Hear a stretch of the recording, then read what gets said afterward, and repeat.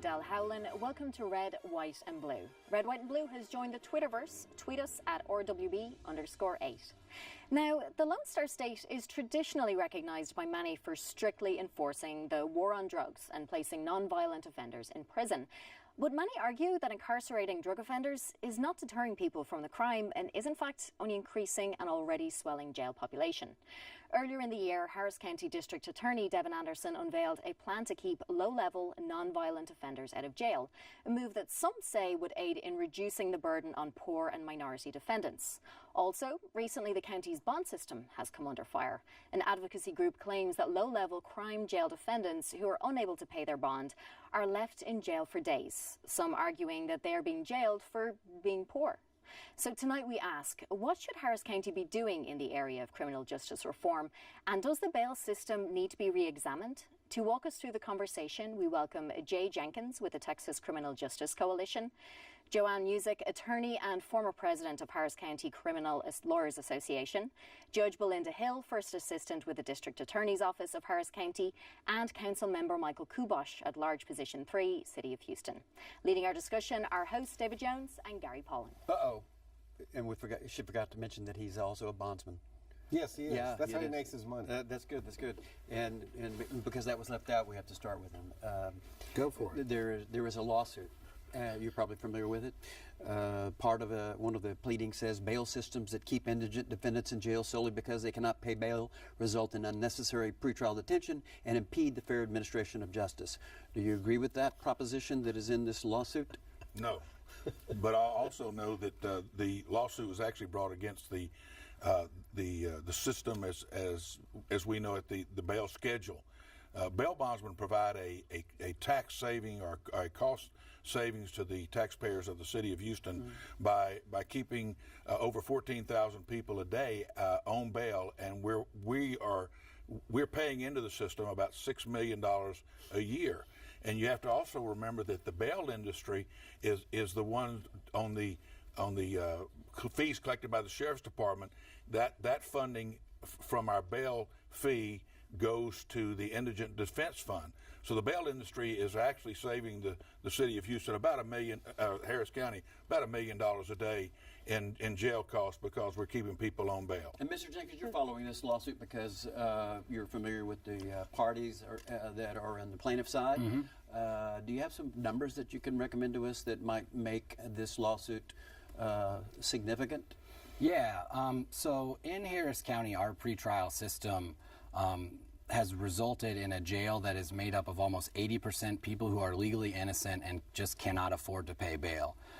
In other jurisdictions, you don't see percentages that high, and that is a result of the bail schedule that we have that sets your bail according to the offense alleged. And it's part of the reason the lawsuit was brought is a defendant has no opportunity to prove whether he can or cannot pay a bail when it is set here in Harris County. So we're looking at a system that detains thousands of people per day based on their inability to pay. And basically the gist of the lawsuit is you can't detain someone strictly on their ability to pay or not. You have to take into account other factors. And this is not the only litigation that has taken place over this particular money bail system, is it? No. So this group, Equal Justice Under Law, has sued a number of jurisdictions across the United States and successfully gotten federal court orders, federal rulings.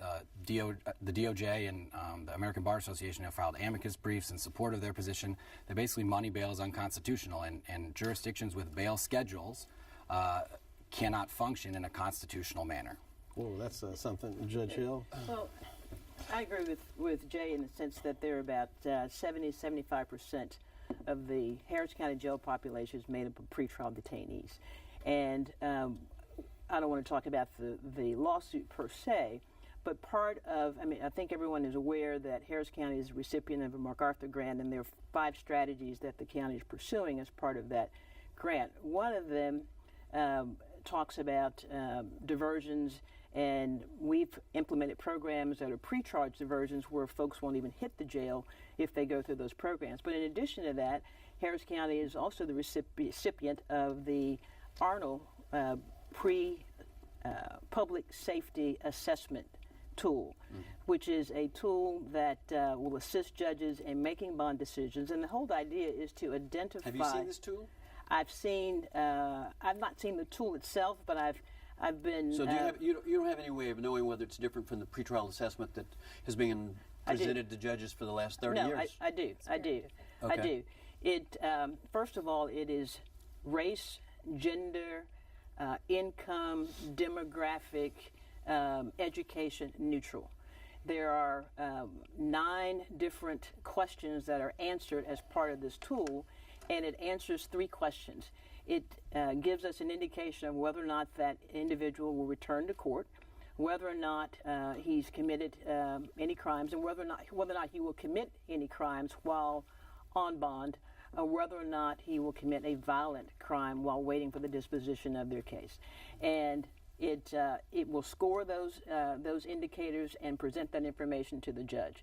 And it is our hope that it will identify a significant number of low-level, nonviolent offenders that judges will feel comfortable considering pretrial bonds for that population. I was going to ask Joanne, you were a prosecutor and you're a defense lawyer, and you work not only in the adult courthouse, but you also work in the juvenile courthouse. Correct. Is what Judge Hill is talking about, is this taking the system now in effect in the juvenile courts that the DA's office has worked strongly with the judges on, and releases, 80 or 90% of the young people charged with juvenile crimes, and taking it to the adult system? Is that what we're talking about? Well, I don't think it's exactly the same. There's a little bit of an analogy there. I think we see the district attorney's office, to their credit, wanting to release more people. Unfortunately, it's not their decision whether people get released from jail or not.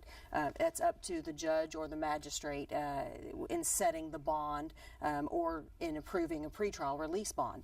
Harris County sort of it does this thing where we're super fast and we're really good at processing people in. We're just not so good at getting them out. It's great when we have a bond schedule and we have bondsmen like Mr. Kubosh here that can post those bonds because somebody has, $500, $1,000 that they can give the bondsman and pay them for their services and get out. But what we're talking about in the lawsuit and then with this assessment tool is how do you individualize this instead of just a mass schedule that says a DWI is worth $500. That's a Soviet Union approach. Just collectivize it. It's collective. Yeah, sure. And we say, a murder's worth $50,000, a sexual assault's worth $30,000. Every offense has an amount of money that it's worth. Here's what I don't understand, Joanne, since you were president of the organization that is relevant to the discussion. Mr. Kubosh belongs to an organization who will get in the face of judges who dare to grant too many pretrial release bonds. I've talked to judges who have been to such meetings, right? What I want to know is, do you think the defense bar has been aggressive enough in terms of presenting your arguments about this problem that we've identified here? Yeah, I don't think the defense bar has been aggressive enough at all. I think there's a lot of defense attorneys that simply don't even ask for pretrial release bonds. I think they don't ask for bond reductions. I think they don't address this problem at all. There's a certain percentage of the bar, the defense bar, that just sort of takes it at its face value and says, oh, well, okay, it's a murder, it's worth $50,000. But it's institutionalized, don't you see? It is. It requires organizational effort. Exactly. You just can't rely on, solo practitioner Jones to go in and do it all. I need some help. When that bail is set, I need some help. And Harris County, the Criminal Lawyers Association has tried to address that some. We do routinely write to the judges, remind the judges these positions are unconstitutional. These are frowned upon. You don't need to be doing this. But it's not taken a whole lot of. It's not turned the ship at all. Well, my question would be to both of you is, do we have the resources presently available in the criminal justice system to develop the kind of information you all are talking about that the decision makers need to have to make that judgment? I mean, we know in the juvenile courts, when the bond or release decision is made, they already have a mini probation report already done on the kid, his family, everything. You don't get that on the adult side now. So is that something we're going to need? Well, one of the things I think is not talked about enough is the fact that through the Criminal Justice Coordinating Council, you have all the elected officials, you have all the criminal justice stakeholders who are coming together and sharing information and trying to, for once, pull in the same direction. I think we all need to recognize Harris County is a big system, and it is going to take a while to turn it around. But I will say that I attend those meetings, and everyone seems to be pulling in the same direction, or at least keeping their oar out of the water and not slowing things down. But whether Harris County has the resources, I think Harris County is committed to making sure we have the resources. For example, when we were awarded the MacArthur grant, we did not get enough to implement all 7 of the strategies that we were hoping to implement that would help with some of these issues. And Bill Jackson, who's the budget director, has committed to putting in about $3.4 million to make up the difference so that we can move forward with these things.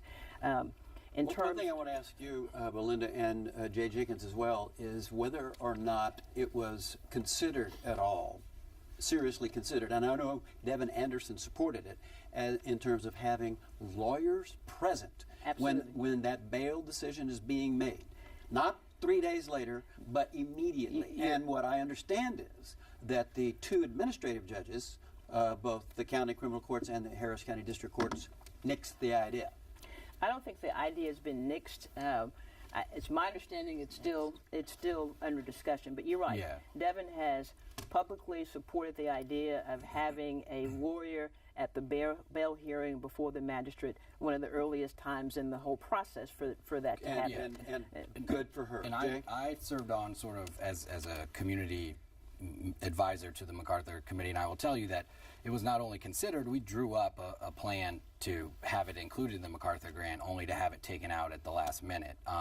And so, and as it pertains to the MacArthur grant and this Arnold Foundation risk assessment tool, these are excellent weapons that we have, but in order to really substantially reduce the jail population, if we don't address this pretrial issue, if we don't address the 80%, then we're not going to reduce the jail population in any meaningful way. And you talked about that. I'm interested in, because the money is an issue, obviously, because you asked the MacArthur grant for more than we got. The county has committed some money.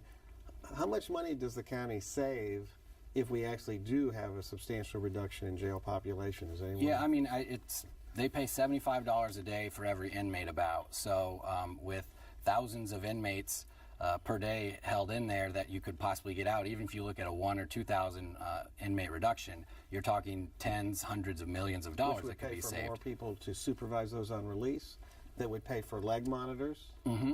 Yeah, exactly. Okay. Well, let me remind you this. Or pay bail bonds. The problem with pretrial release right now, as we see it, is that pretrial is bonding out people who already, they're not bonding out the indigents, the people that the federal court said they should be bonding out. They're bonding out people who we're already in line and have been paid to bond out from a family member, and then we have to refund the money, and it happens probably 50 to 100 times a week with bondsmen giving back the money to the families who are bonding out these people. And yes, I've gotten in the face of judges who have issued pretrial bonds to DWIs. I don't think you should drink and drive, run up a bar tab, get in a car, endanger my family, and then when you get arrested, the county pays for you to get out because a pretrial bond cost about $1,000.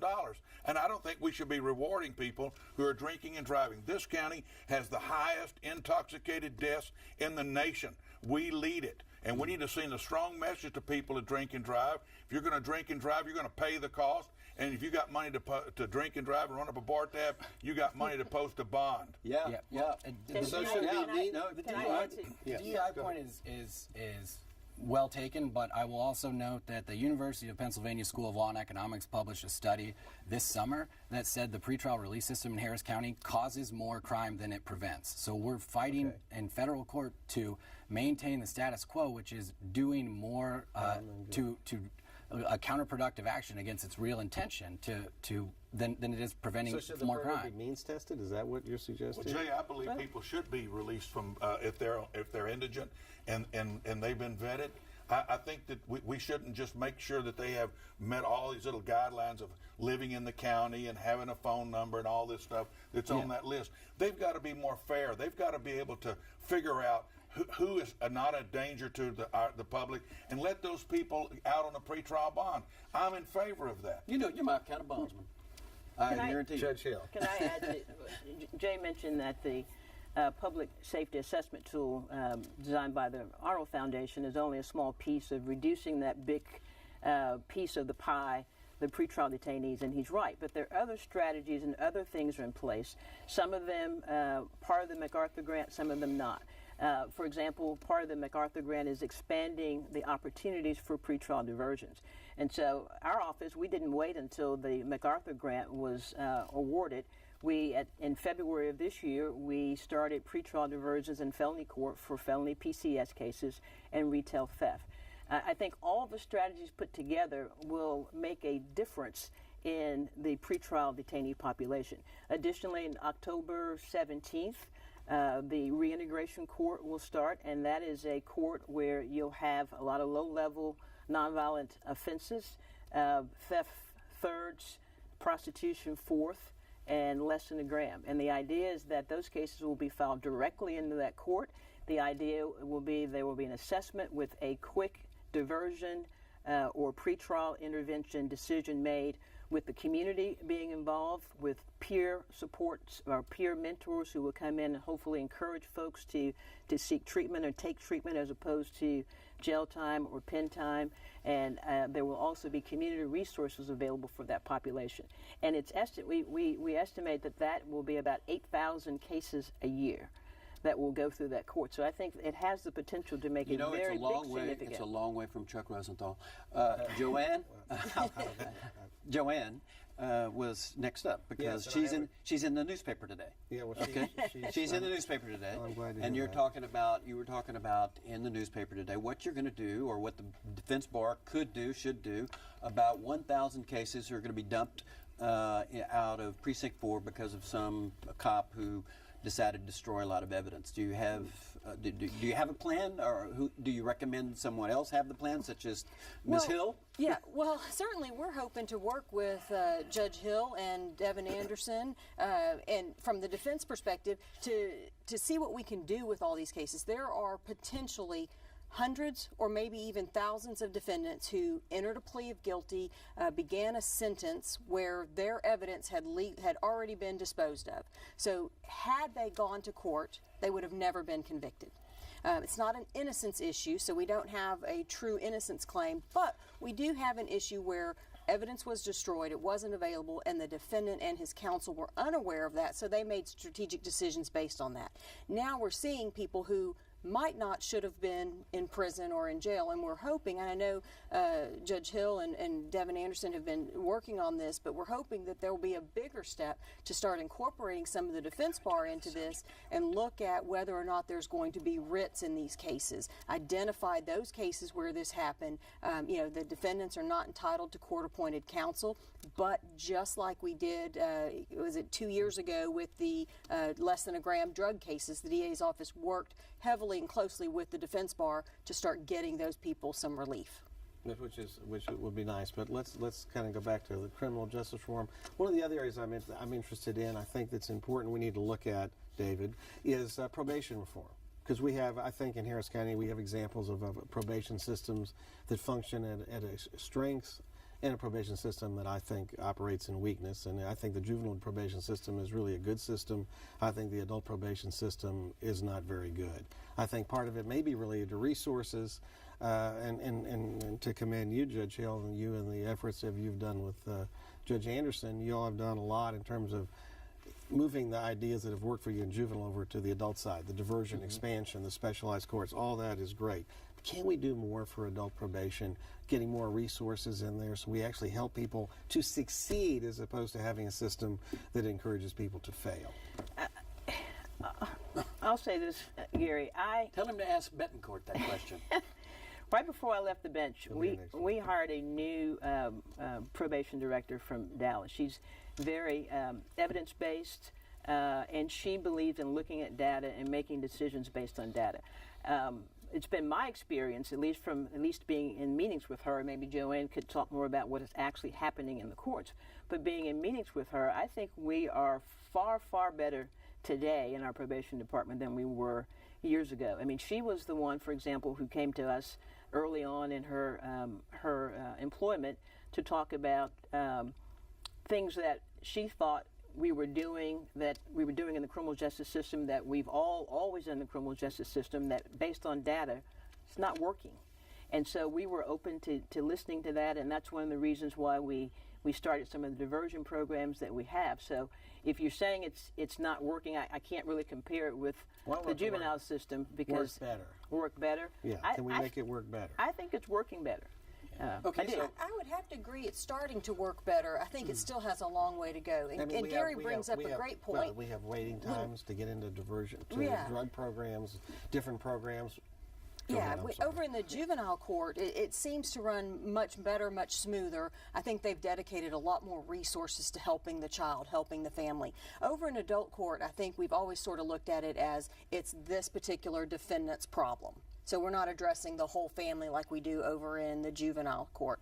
And we also don't want to throw the same resources at them because historically our answer's been, put them in jail, let them do jail therapy, which also, obviously crowds our jails. Let them do jail therapy. Let's put them in line for Safe P or a bed at Peden, which is going to take 6 to 8 weeks sitting in the county jail waiting to go to that program instead of getting them in something much faster. So juvenile does a much better task at getting these children and their needs addressed much more quickly.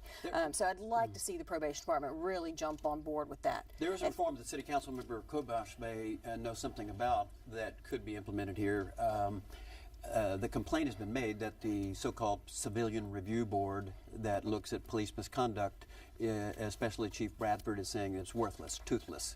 They want to strengthen it, of course. Austin has $1.2 million devoted to theirs. I have a staff of 9. We've had 150 shootings since we've established our police monitoring board, and without any prosecutions, and we lead the state in police shootings. So what do you say about strengthening the Civilian Review Board? Well, I've always been in favor of getting the public involved and the citizens involved in the Citizen Review Board and getting more input from the community. Right now, the Citizens Review Board would have no subpoena power, and they want subpoena power. That's got to come from the legislature. We can't grant subpoena power to a Citizen Review Board. And I don't mean to correct you too strongly on this, but the last time that a police officer was indicted in Harris County, I happened to serve as the grand jury, as the foreman of the grand jury on that grand jury. Well, that was about 1962? No, that happened about 4, 5, 6 years ago. So when I keep hearing people say there's no officer being indicted, well, there was one indicted when I was the foreman of the grand jury. And to be fair, talking about police, we saw what happened in Baltimore where the DA was aggressive and indicted all those policemen, and every one of them was acquitted. Every single one. Absolutely. So, probably doing the right thing. But if I can go back just really quickly on the review board, the Citizens Review Board, I think the city can give them not a legislative subpoena power, but the city can tell HPD, start participating, start helping, give them the information they are looking for. What I'm hearing from the people on the Citizens Review Committee is they go to HPD and they ask, we want to see these records or those records and these statistics, and they're being told, no, you can't look at those. Mr. Jenkins, that's a big problem. We have a couple of minutes. Let's get back to the lawsuit you're closest to. How much money is being paid to outside counsel to represent the county? And secondly, do you see an end in sight to this litigation? Yeah, so we know the Chronicle reported last weekend that through July 15th, the county had already paid $170,000 to a private law firm to defend this lawsuit, which happened to be more than a pilot that would provide attorneys for all misdemeanor defendants for 6 months would cost the county. And give you some money. Yeah, exactly. And we know now that was before really the case picked up, where there was a lot of hearings and filings. So we're probably well over $500,000 right now that the county's paid this law firm to defend against this suit. And we know that from these other cases that legally there's no way out for the county here. They have to come to the negotiating table and start drafting a settlement because there's not a legal strategy for them to win this case. So you're suggesting, Jay, that if the case would settle quickly before they run up all these outside counsel legal fees done by the way, the county attorney Vince Ryan, we would be able to take that money and use it as resources in the criminal justice system to accomplish the goals that your lawsuit seeks. Yeah. As opposed to double paying. And the system... More diversions for Belinda Hill. Yeah, the system as is now, it has resulted in a jail that is constantly overcrowded and a drain on the county resources. The jail costs more to taxpayers than the entire county budget for infrastructure and services combined. So if we can reduce the jail population, we'll have more money to spend on diversion programs. Exactly. Right? Exactly. Absolutely. Well, It's a win-win. after defendant's been in jail for a couple of weeks, why don't have the DA bring that defendant back before the judge to see if what the problem is and why he couldn't make And a that is law? an excellent final solution. comment. Thank you, Mr. Kubash, Judge Hill, Joanne Music, and Jay Jenkins, and Adele. Thank you for joining us. Thank you. It's a pleasure. Remember, you can catch Red, White and Blue every Friday at 7:30 p.m. here on TV8 and again Saturdays at 6:30 p.m. We also invite you to visit us online and send us your comments. We want to hear what you have to say about the issues that affect Houston. You could submit your comments at houstonpublicmedia.org on Facebook and on Twitter at RWB_8. And don't forget to like us. Thanks so much for watching and good night.